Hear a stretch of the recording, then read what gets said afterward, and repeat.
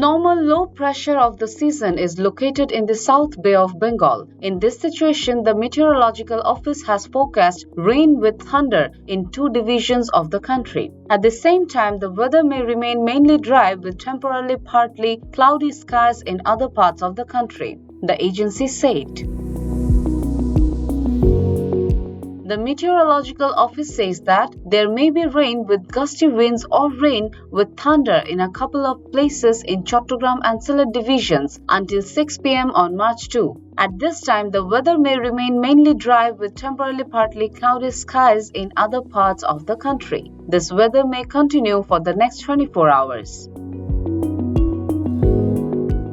The Meteorological Office said that the day temperature may remain almost unchanged across the country for 2 days and the night temperature may decrease slightly. The day temperature may decrease on March 4.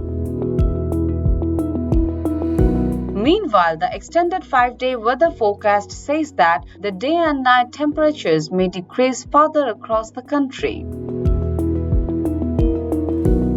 Desk report, Bangladesh Guardian.